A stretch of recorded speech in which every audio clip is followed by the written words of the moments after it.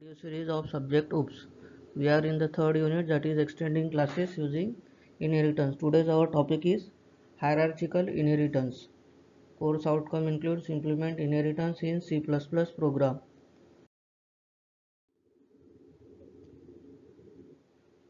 So what we have studied in the previous video was multiple inheritance. So we have studied about what is multiple inheritance, syntax for implementing base and derived class in multiple inheritance, and its sample program. So coming to today's topic, that is hierarchical inheritance. In this topic we will study about what is hierarchical inheritance, same the syntax for implementing base and derived class in hierarchical inheritance, and its sample program. So what is hierarchical inheritance? When more than one classes are derived from a single base class, इसमें क्या होगा, जब एक से ज़्यादा derived class एक ही base class से बनेंगे तो उस टाइप के इनहेरिटेंस में को हम बोलेंगे हायरार्चिकल इनहेरिटेंस. हायरार्चिकल इनहेरिटेंस यानी हिस्ट्री लाइक स्ट्रक्चर. इसमें क्या होने वाला है, बेस क्लास एक ही रहेगा पर उसके डिराइव्ड क्लास मल्टीपल रह सकते, एक से ज़्यादा या मल्टीपल. ठीक है. So problems where hierarchy has to be maintained can be solved using this inheritance. Tree like structure assume करने का है जिसमें एक ट्री रहेगा, उसके नंबर ऑफ ब्रांचेस हम यूज कर सकते हैं फॉर इम्प्लीमेंटिंग हायरार्चिकल इनहेरिटेंस. मल्टीपल जो इनहेरिटेंस पिछले टॉपिक में हमने पढ़े उसमें एक दो बेस क्लास थे और एक ही चाइल्ड क्लास था. इसमें क्या होगा, एक बेस क्लास रहेगा और उसके मल्टीपल चाइल्ड रहेंगे. तो दोनों अपोजिट है. मल्टीपल में multiple base classes and single child class, और हायरार्चिकल में क्या होगा, single base class and multiple derived classes. तो सिंटेक्स क्या है, सबसे पहले तो हमको बेस क्लास बनाने का है.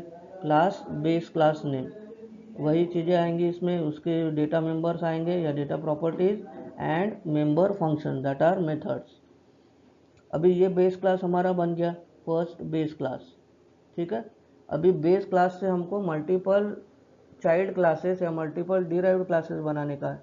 तो हम क्या करेंगे, पहला डिराइव्ड क्लास बनाए, visibility mode base class name. Visibility mode में क्या आएगा, हमारा पब्लिक और बेस क्लास का नाम, सेम उसकी प्रॉपर्टीज और उसकी मेथड्स. तो ये हो गया डिराइव्ड क्लास 1. अभी और एक डिराइव्ड क्लास बनाएंगे क्योंकि पेरेंट हमारा एक है पर चाइल्ड्स आर मल्टीपल, यानी डिराइव्ड क्लास क्या है, एक से ज़्यादा है. तो दूसरा डिराइव्ड क्लास बनाए, सेम सिंटेक्स फॉलो किए, public base class name. Visibility mode में आएगा पब्लिक. पब्लिक क्यों लिखेंगे, क्योंकि पब्लिक अगर नहीं लिखेंगे तो ये बेस क्लास की जो भी डेटा मेंबर है और मेंबर फंक्शन है उसको हम एक्सेस नहीं कर सकेंगे. तो ये derived class 2, visibility mode public and base class name same, properties and methods और डाटा मेंबर्स और मेंबर फंक्शंस. उसके बाद नेक्स्ट और एक डिराइव्ड क्लास बनाएंगे. N number of classes can be there, derived classes यानी चाइल्ड क्या रह सकते, दो से ज़्यादा कितने भी रह सकते. तो हम कंसिडर करते हैं एन नंबर ऑफ क्लासेस है डिराइव्ड क्लासेस. तो लास्ट क्लास बनाए क्लास डिराइव्ड क्लास एन, फिर से वही विजिबिलिटी मोड यानी पब्लिक और बेस क्लास का नाम. पब्लिक देंगे सभी क्लास को, हमको सभी जो डिराइव्ड क्लासेस है या सभी जो चाइल्ड क्लासेस है उसका विजिबिलिटी मोड हमेशा क्या रहेगा, पब्लिक ही रहेगा.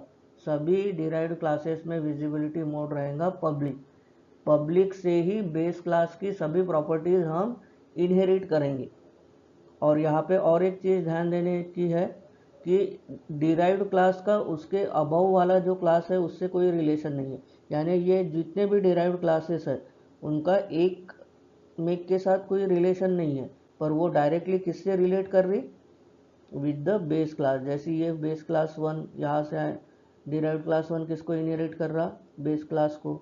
ये भी इसी को इनहेरिट कर रहा, डिराइव्ड क्लास 2. सिमिलरली जो डिराइव्ड क्लास 3 है या n है वो भी किसको इनहेरिट कर रहा है, बेस क्लास को. इसलिए आगे क्या लिखेंगे हम, पब्लिक और बेस क्लास का नाम. इसका एग्जाम्पल, तो सपोज क्लास इंजीनियर नाम से क्लास बनाए। अभी इंजीनियर क्लास है, ठीक है, उसमें डिफरेंट टाइप्स ऑफ इंजीनियर्स रह सकते हैं, mechanical engineer, computer engineer, electrical engineer, electronics engineer, civil engineer, multiple, ठीक है। बेस क्लास क्या है, पर उसका बेस क्या है, इंजीनियर, और उसकी अलग अलग ब्रांचेस है। तो इस टाइप के इनहेरिटेंस के लिए हम यूज़ करते हैं हायरार्चिकल स्ट्रक्चर। हायरार्चिकल यानी ट्री लाइक स्ट्रक्चर। तो बेस क्लास हमने बनाया इंजीनियर का, ठीक है। फिर डिराइव्ड क्लास बनाए। डिराइव्ड क्लास क्या बनाए, computer. Computer colon public engineer, यानी इंजीनियरिंग की जो सभी मेथड्स है या प्रॉपर्टीज़ है वो किसके पास रहेंगी, कंप्यूटर वाले के पास ही रहेंगी, पर कंप्यूटर स्पेसिफिक रहेंगी, कंप्यूटर साइंस स्पेसिफिक और कंप्यूटर टेक्नोलॉजी स्पेसिफिक। उसके भी अपने मेथड्स रहेंगे, अपने डेटा मेंबर्स रहेंगे। नेक्स्ट हमने बनाया इलेक्ट्रिकल नाम से क्लास। ये भी सभी प्रॉपर्टीज़ इनहेरिट करेंगे किसकी, इंजीनियरिंग की।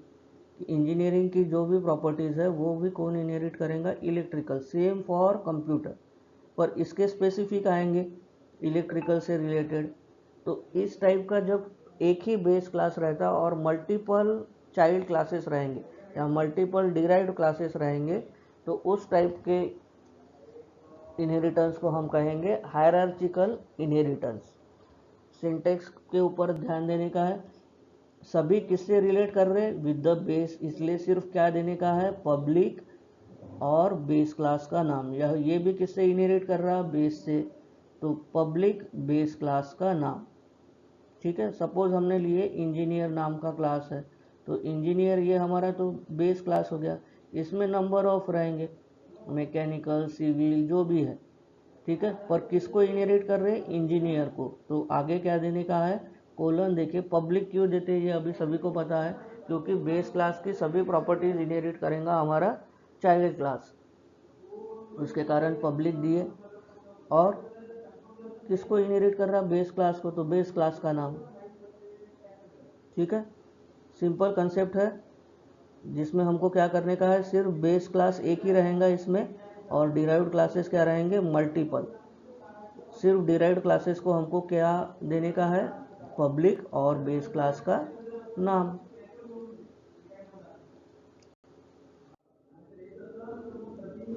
एक सैम्पल प्रोग्राम देखते हैं। तो इसमें देखो बेस क्लास 1 बनाया हमने। बेस क्लास किस नाम से बना है, बेस 1। तो इसमें क्या दिए, integer x and y। Public क्यों दिए, क्योंकि ये बेस क्लास है। बेस क्लास की डेटा मेंबर्स को हम यूज़ करेंगे इन चाइल्ड क्लासेस और डिराइव्ड क्लासेस, इसलिए उसको क्या दिए, पब्लिक। अगर पब्लिक नहीं दिए रहते, तो अगर प्राइवेट दिए, बाय डिफ़ॉल्ट प्राइवेट रहेगा डेटा मेंबर, अगर प्राइवेट दिए रहते तो ये जो x एंड y है उसको एक्सेस नहीं कर सकते थे हम इन चाइल्ड क्लासेस। तो ये हो गया डेटा मेंबर। उसके बाद मेंबर फंक्शन बनाए। मेंबर फंक्शन के सामने पब्लिक देते हैं हम, हमेशा बाय डिफ़ॉल्ट पब्लिक ही रहेगा, नहीं दिए तो भी वो ऑटोमेटिकली क्या लेंगे, पब्लिक। तो फंक्शन क्या बना है, गेट डेटा नाम से फंक्शन, और ये इसका return type void, return type is void and function name is get data. Function को आइडेंटिफाई किए with the help of opening and closing brace. अभी गेट डेटा में क्या ले रहे हैं हम, एक्स एंड वाई का वैल्यू एंटर करा रहे यूज़र से, enter the value of x and y, और एक्स एंड वाई सिस्टम के अंदर जाएगा एज एन इनपुट। तो गेट डेटा फंक्शन सिर्फ इनपुट करा रहा डेटा एक्स एंड वाई का। इतना ही हमने बेस क्लास बनाए, फंक्शन क्लोज किए, क्लास क्लोज किए और सेमी क्लोज। उसके बाद नेक्स्ट स्टेप में हमने बनाए डिराइव 1, यानी चाइल्ड क्लास बनाए जिसका नाम दिए पब्लिक, जिसका नाम दिए हमने डिराइव 1।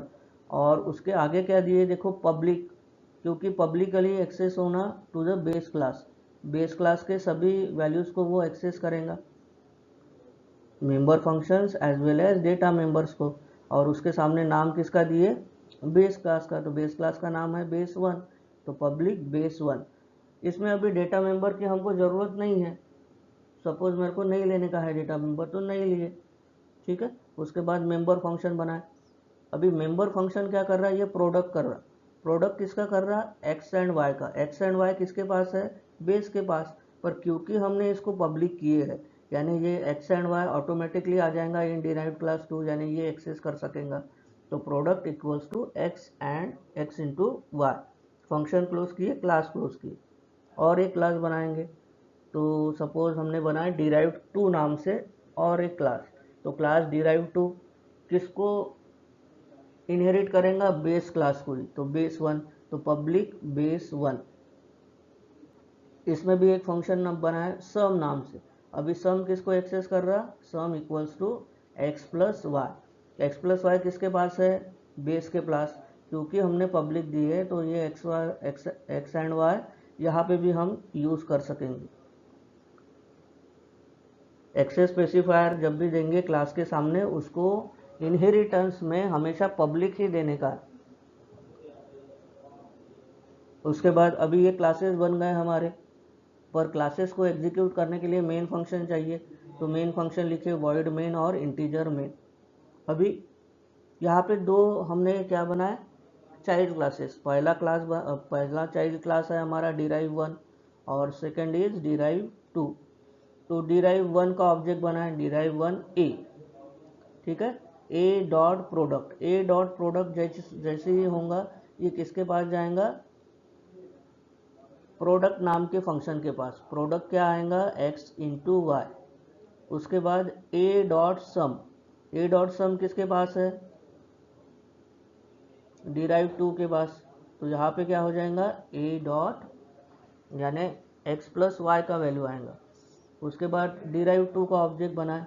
डिराइव टू ये दूसरा बेस क्लास चाइल्ड क्लास है हमारा, उसका ऑब्जेक्ट सेम किए b dot product b dot sum and return 0। अभी यहाँ पे एक प्रॉब्लम आएगा कि हमने दो दो क्लासेस का क्यों बनाए, ठीक है। जनरली हम इनहेरिटेंस में क्या करते हैं, जो भी लास्ट क्लास है, जो भी लास्ट क्लास रहेगा उसका ही ऑब्जेक्ट बना दे। तो वो भी अपन अज्यूम कर सकते, तो हम किसका ऑब्जेक्ट बनाएंगे? सिर्फ डिराइव टू का, ठीक है। ये भी लिखे तो कोई प्रॉब्लम नहीं है।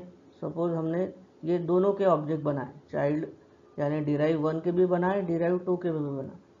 पर अगर हमको सिर्फ डिराइव टू का ही बनाने का है तो ये पार्ट हम ऊपर वाला जो पार्ट है ये इसको स्किप कर देंगे, ठीक है। सिर्फ हमको डिराइव वन का ही बनाने का है तो इसको नेक्स्ट वाले को स्किप करेंगे और रिटर्न 0। तो ऐसा ज़रूरी नहीं है कि जितने चाइल्ड क्लासेस है उसी सभी का ऑब्जेक्ट बनाने का है। हमको जो क्लास स्पेसिफिक ऑपरेशंस करने का है उसी का हम ऑब्जेक्ट बनाएंगे और फिर सभी फंक्शंस को एक्सेस करके उसका वैल्यू रिटर्न करेंगे। अभी रिटर्न 0 दिए यानी ये वैल्यू कुछ ना कुछ रिटर्न करने वाला है, इसलिए मेन फंक्शन को रिटर्न टाइप क्या दिए थे हमने? इंटीजर। अगर यहाँ पे मैं गेट सी एस लिखता रिटर्न 0 की जगह पे, तो यहाँ पे क्या लिखता फिर? वॉइड, ठीक है।